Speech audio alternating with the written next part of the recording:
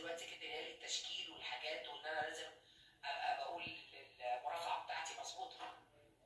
اخر تجربه دراميه كانت تقريبا مع ياسمين حاجات. لا لا لا، اخر حاجه مع آسر ياسين بدون سبب انذار. كان الدراما كلها بتتكلم في حته الاطفال اللي ابني مش ابني. شفت الموضوع ازاي في الدراما كمان؟ لا حلو حلو الموضوع، انا عجبني جدا الموضوع لما قريته. يعني قصه قريتها انا انبسطت منها جدا، وقلت ان القصه دي هتنجح. وانا قلت لآسر، قلت له يا استاذ هاني خليل، يعني افتكروا انا وش حلو مبدئيا، وغير كده القصه دي بتنجح، هتنجح تضرب مع الناس جدا. انا شايفه حلو حلو وكونسنتريت كده، يعني كلها متركزه في 15 حلقه، فكان حلو. انا عندي بصور الفيلم خلاص، عندي ان شاء الله يوم 12 اللي جاي هننزل نكمل بقيه الفيلم.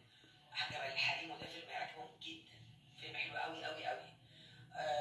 عندي كمان مسلسل مفروض مؤقتا اسمه اثبات نسب، بس اعتقد عشان في مسلسل تاني اسمه اثبات نسب فهيتغير الاسم، بس هو كان اسمه اثبات نسب، وده عملنا جزء فيه وهنكمله ان شاء الله بعد العيد باذن الله الكبير.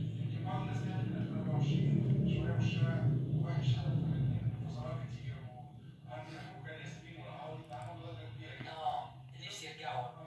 انا نفسي عايزهم يرجعوا ان شاء الله، تلاقيهم باذن الله قريب يرجعوا. دي مع الاعراف اللي هي توقعت ان هم ينفصلوا. الكلام ده ما ببصلوش قوي، يعني ما بركزش معاه، يعني اسمعه تسجيل بسمع، والاقي صدف حصلت، بس انا بخاف من ربنا يزعل يعني بخاف اللي جاي بالذات الواحد يعرفه، ان دي اعتقد فيها حاجه مش كويسه.